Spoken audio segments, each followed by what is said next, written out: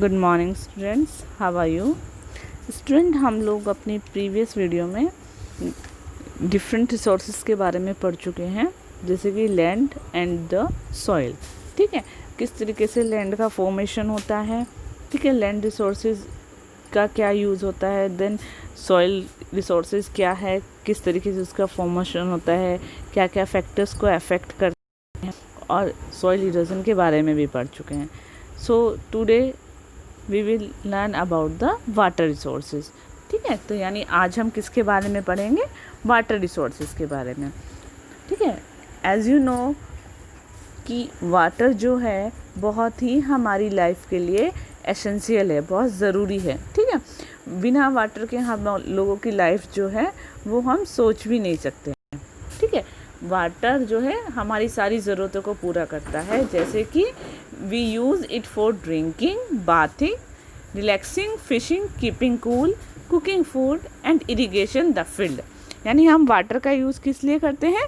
पीने के लिए, नहाने के लिए, रिलैक्स करने के लिए और फिशिंग के लिए। ठीक है, अपने आप को ठंडा रखने के लिए या खाना बनाने के लिए और किसी भी जो है फील्ड की सिंचाई करने के लिए। ओके, जो और जितनी भी पुरानी सिविलाइजेशन थी वो हमारी क्या थी, वो मोस्टली जो है रिवर वैलीज के किनारे ही। ठीक है, यानी जैसे हड़प्पन सिविलाइजेशन है और इजिप्ट की है, नील है, इंडस है, ये सारी सिविलाइजेशन क्या है, हमारे रिवर वैलीज के जो है उनके किनारे पर ही, रिवर वैलीज के पास ही ये डेवलप्ड हुई।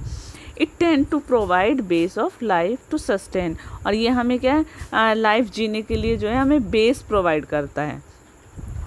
नेक्स्ट है करेक्टरिस्टिक्स ऑफ वाटर। जो है वाटर की क्या क्या करेक्टरिस्टिक्स हैं? वाटर जो है हमारा अर्थ पर जो है बहुत ज़्यादा ऐसा सब्सटेंस है जो हमारे अर्थ पर सबसे ज़्यादा वाइडली क्या है, डिस्ट्रीब्यूटेड है। ठीक है, फैला हुआ है। हमारे अर्थ पर कितने परसेंट वाटर है? 71% of the earth surface is covered with water. 71% का जो हमारा अर्थ का सरफेस है वो वाटर से ही कवर्ड है। It is present in all the 3 states, example solid, liquid and gas. और ये क्या है, हमारे अर्थ जो हमारे अर्थ पर कितनी फॉर्म में है? ये 3 फॉर्म्स में मिलता है। ठीक है, जितनी भी 3 स्टेट्स होती है हमारी, सॉलिड, लिक्विड, गैस। सॉलिड में आपको पता है कि बर्फ़ के रूप में मिलता है, लिक्विड पानी के रूप में मिलता है, और गैस के रूप में भी हमें वाटर मिलता है। ठीक है, it is a renewable resources. ये क्या है? एक रिन्यूएबल रिसोर्सेज है। ठीक है, यानी ये दोबारा जनरेट होता रहता है, दोबारा रिन्यूड होता रहता है। It is abundantly found on the earth, और ये हमारे अर्थ पर क्या है, बहुत अधिक मात्रा में मिलता है।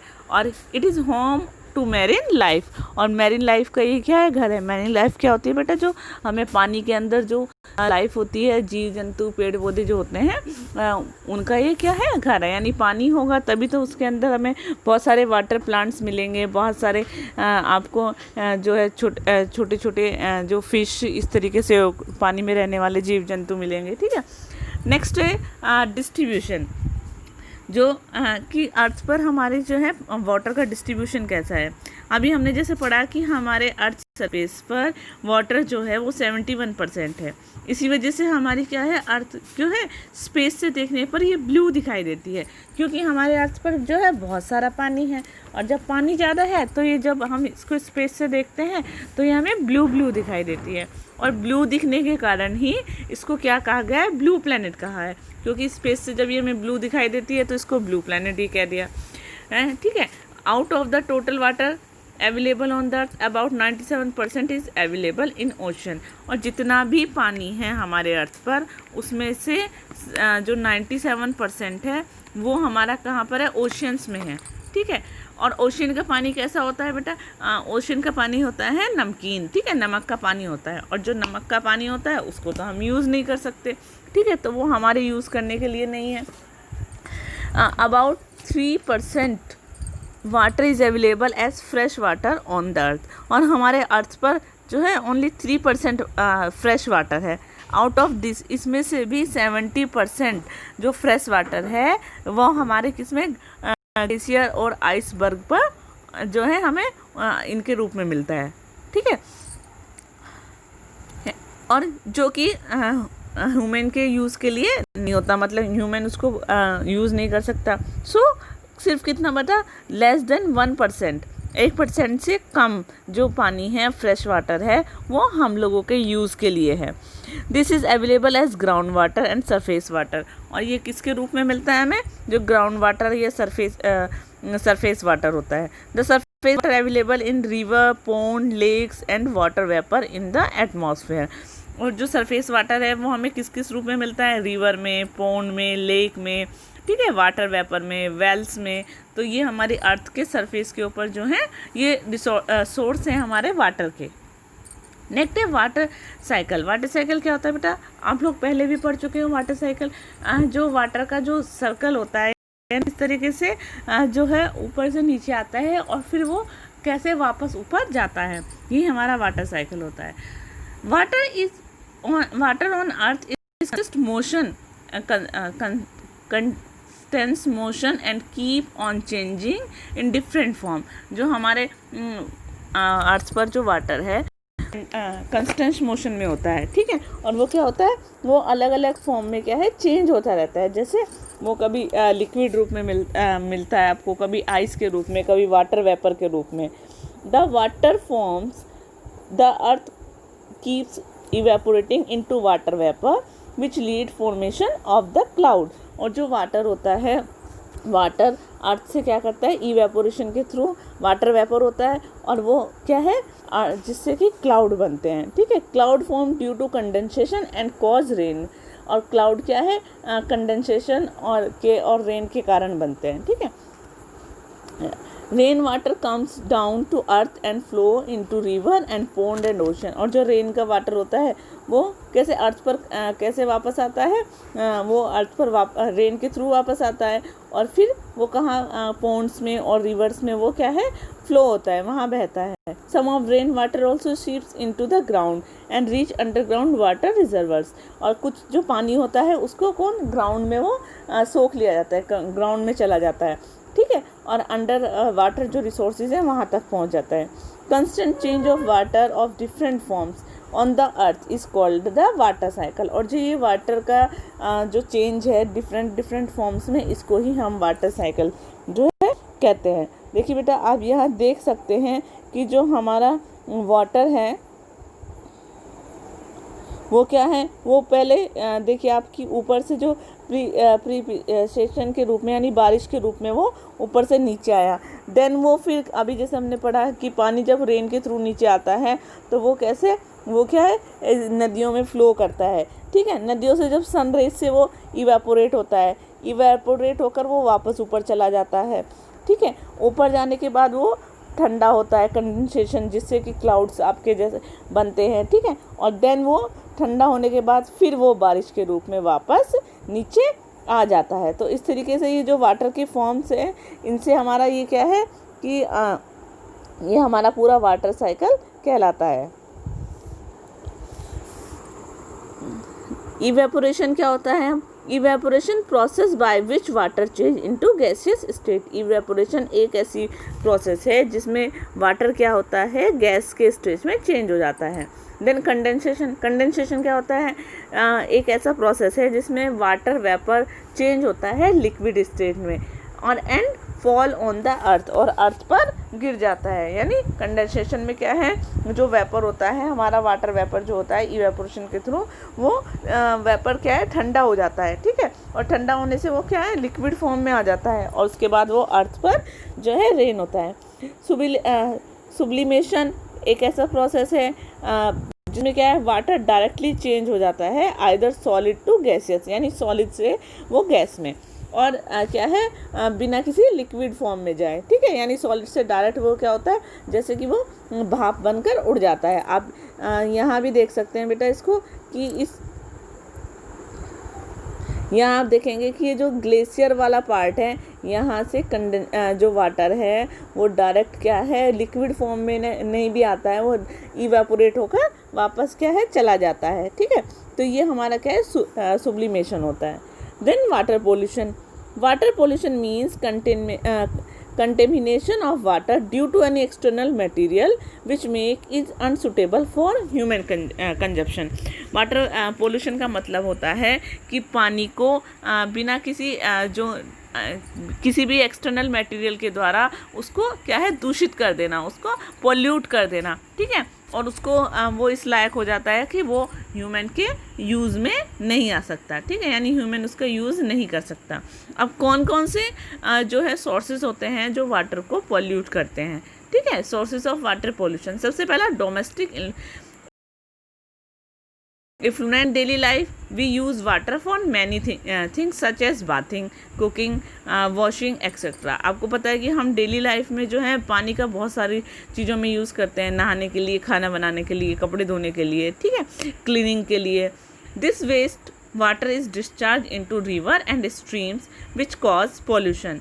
और ये जो पानी होता है ये कहाँ जाता है, यानी हमारे यहाँ से जो नालियाँ होती हैं उनसे होता हुआ ये रिवर्स में या स्ट्रीम्स में जाकर मिल जाता है. जब ये गंदा पानी रिवर और स्ट्रीम्स में जाकर मिलता है तो वो वहाँ पर रिवर और स्ट्रीम्स को क्या करता है, जाकर पोल्यूट करता है, ठीक है. ये तो हो गया डोमेस्टिक इन्फ्लुएंट का, यानी घर का जो कूड़ा होता है, या फिर कभी कभी हम ऐसा भी करते हैं अपने घर का कूड़ा ही जाके रिवर्स में या इनमें डाल देते हैं, ठीक है. सेकेंड आता है industrial waste. Industries generate waste of in various way. आपको पता है कि बेटा इंडस्ट्रीज जो होती है वो अलग अलग तरह से वेस्ट जो है यानी गंदगी करती हैं इन वैरायटी ऑफ फॉर्म्स. किस तरीके से करते हैं वो, कभी सॉलिड रूप में उनका वेस्ट आता है, कभी लिक्विड के रूप में, ठीक है, गैस के रूप में, यानी वो कभी क्या है जो धुआं निकलता है वो पोल्यूट करता है लिक्विड फॉर्म में, यानी जो पानी होता है गंदा होता है वो, ठीक है. This waste is discharge into river and stream without treatment. और ये जो वेस्ट जो होता है ये बिना किसी ट्रीटमेंट के रिवर्स में और स्ट्रीम में जाता है और उनको क्या करता है, पोल्यूट करता है. Inorganic waste.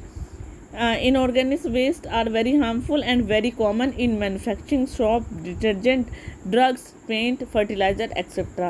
इनऑर्गेनिक वेस्ट क्या होता है, ये बहुत ज़्यादा हार्मफुल होता है और ये मेनली कहाँ कॉमन होता है, किसमें, जैसे हम साबुन बनाने में, डिटर्जेंट बनाने में, ड्रग्स या पेंट या फर्टिलाइज़र, ठीक है, यानी जो कीटनाशक जो होते हैं, जो ये दवाइयाँ होती हैं इनमें, ठीक है. Next organic waste. Organic waste are discharge by both agriculture and industrial sector.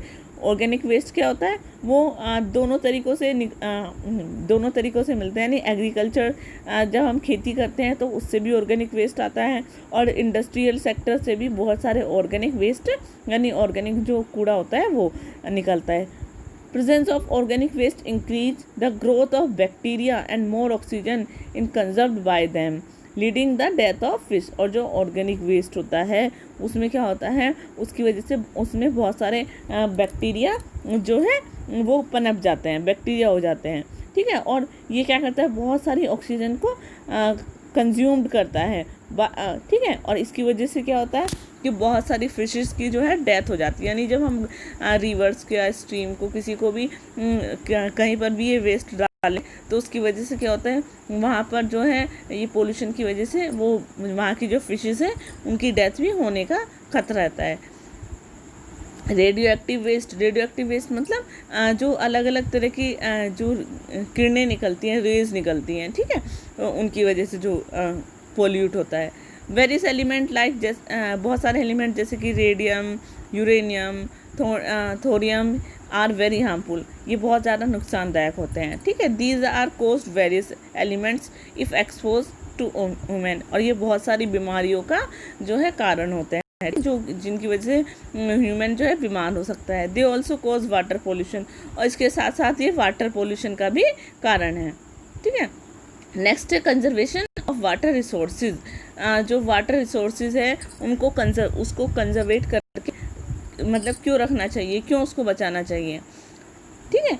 अगर पानी नहीं होगा तो अभी जैसे पता है कि वाटर जो है हमारे लिए बहुत ज़्यादा ज़रूरी है, लेकिन अगर वाटर नहीं होगा तो हम क्या करेंगे, ठीक है, हमारी लाइफ जो है बिल्कुल हम नहीं जीवित रह सकते. Many part of world are facing acute shortage of water, बहुत सारे हमारे जो वर्ल्ड के पार्ट हैं वो क्या करते हैं, वहाँ पर हमें पानी की बहुत ज़्यादा शॉर्टेज देखने को मिलती है। This can be due to variation in amount of rainfall, over exploitation and pollution of water resources. और इसका कारण क्या है, जो रेनफॉल का वेरिएशन है, यानी अलग अलग तरह की अलग अलग बारिश होती है। कहीं पर बहुत ज़्यादा बारिश होती है तो कहीं पर बहुत ही कम बारिश होती है, यानी जो रेनफॉल में हमें वेरिएशन देखने को मिलता है। या over exploitation and pollution of water resources, यानी जो हम वाटर रिसोर्सेज हैं उनका बहुत ज़्यादा यूज़ करते हैं या उसको पोल्यूट करते हैं, ठीक है। तो इसकी वजह से हमारी क्या होती है, शॉर्टेज होती है वाटर की। We know that water is renewable resources, still it's over use and pollution can make it unfit for human use. हमें पता है कि जो वाटर है वो एक रिन्यूएबल रिसोर्सेज है, लेकिन जब हम इसका ओवर यूज़ करेंगे या इसको पोल्यूट करेंगे तो हम इसको ह्यूमन यूज़ के लिए ये हमारा अनफिट हो जाएगा, यानी ये पोल्यूट हो जाएगा तो हम इसका यूज़ ही नहीं कर सकते। Sewage is in most of the cities flow directly into the nearest water body। जो स्वेज जो होती हैं, जो नालियाँ नाले जो होते हैं सिटीज़ में, ज़्यादातर वो डायरेक्टली कहाँ जाकर मिल जाते हैं, वो नहरों में मिल जाते हैं, ठीक है। नदियों में, नहरों से उन्हें मिला देते हैं वाटर, या किसी भी वाटर बॉडीज़ से, ठीक है, उनके आसपास जो भी वाटर बॉडीज़ होती हैं, तो उसकी वजह से वो उनको भी पोल्यूट करते हैं। Sewage contain many organic waste, nitrates, metal and plastic. आपको पता है कि नालियों में जो है, नदियों इनमें स्वेज में जो है बहुत सारा ऑर्गेनिक वेस्ट होता है, नाइट्रेट्स होती हैं, बहुत सारे मेटल्स जो हैं, प्लास्टिक हैं, वो सब इसी में होती हैं। और इसकी वजह से क्या होता है, वाटर जो है वो पोल्यूट हो जाता है। Polluted water is not fit for human consumption. और जो गंदा पानी होता है, जो दूषित पानी होता है, वो क्या होता है, ह्यूमन के लिए अच्छा नहीं होता।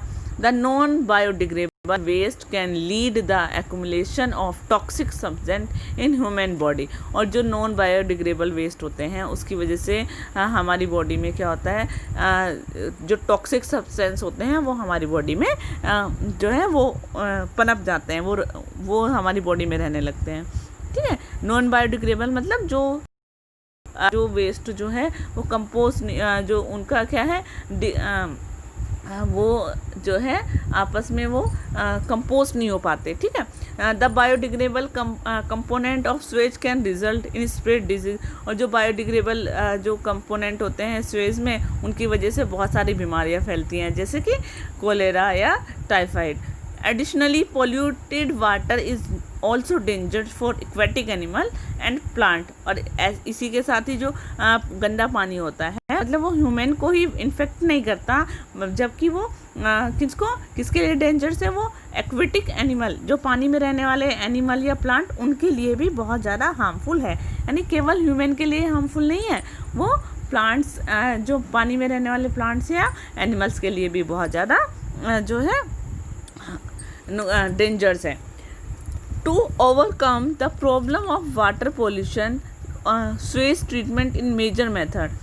जो इस पानी की इस प्रॉब्लम को, पोल्यूशन की जो प्रॉब्लम है, इसको दूर करने के लिए स्वेज का जो है ट्रीटमेंट करना चाहिए, इनको साफ़ सफाई रखनी चाहिए, ये एक बहुत अच्छा मेथड है। The contaminate water is subjected to many procured in sewage treatment plant. बहुत सारे जो पानी होता है उसको हम क्या करते हैं, स्वेज में बहुत तरीक़ों से हम उसको ट्रीटमेंट कर सकते हैं। Purified water is then directed to water bodies. और जो उसके प्यूरिफाइड करने के बाद तब हम उस वाटर को क्या है, डायरेक्ट वाटर बॉडीज़ में भेज सकते हैं। यानी जो गंदा पानी होता है हम उसको अलग अलग तरीक़ों से उसको साफ़ कर सकते हैं, फिर वाटर बॉडीज़ में पहुंचा सकते हैं। नेक्स्ट, एफोरेस्टेशन ऑल्सो हेल्प इन रिप्लेनिशिंग ग्राउंड वाटर। और एफोरेस्टेशन जो हेल्प करता है ग्राउंड वाटर के रिप्लेनिशिंग में, यानी पानी को सोखने में। Green plant hold top soil in place and make soil pores. और जो ग्रीन प्लांट होते हैं वो टॉप सॉइल को क्या करते हैं, वो क्या है, उसको होल्ड करके रखते हैं, ठीक है, और सॉइल को जो है बहुत ज़्यादा पोरस बनाते हैं। It help the in discharge of ground water. और ये हेल्प करते हैं किसमें, जो है पानी को ग्राउंड तक पहुंचाने में, ठीक है, क्योंकि जो प्लांट्स होते हैं उनकी जड़ क्या करती है, प्लांट की जड़ जो है वाटर को वो एब्जॉर्ब कर लेती है, तो उसकी वजह से जो पानी होता है वो ग्राउंड में चला जाता है। Use of alternate method for irrigation also help in preventing waste of water, हमें क्या करना चाहिए, इरिगेशन के लिए अल्टरनेट मेथड ढूंढने चाहिए, ठीक है। और जो कि हमारे वेस्टेज जो है, पानी का जो वेस्टेज है उससे बचा सके, जैसे कि ड्रिप इरिगेशन या sprinkle system help in saving water during irrigation. और जो है ये जैसे ड्रिप सिस्टम क्या, इरिगेशन में क्या होता है कि जो एक एक ड्रिप बूंद जो होती है वो पानी को प्लांट के ऊपर जो है गिरती रहती है, जिससे कि वो मिट्टी नमी, वहाँ पर नमी बनी रहती है। सेकेंड है स्प्रिंकल सिस्टम, इसमें क्या है, जो पानी जो होता है, वाटर जो होता है वो पूरे एरिया में एक जो है स्प्रिंकल करता रहता है, ठीक है। वहाँ पर एक फुहारे से या किसी भी चीज़ से वो पूरे चारों तरफ स्प्रिंकल करता रहता है, तो इससे क्या है, पानी जो है हमारा सेव हो जाता है, ठीक है, वेस्ट नहीं होता है, ठीक है। इस तरीके से हमें अलग अलग इरिगेशन के मेथड ढूंढने चाहिए जिससे कि हम हेल्प कर सके पानी को बचाने में, ठीक है। रिवर में be linked so that surplus water from one river में बी डाइवर्टेड टू अनदर।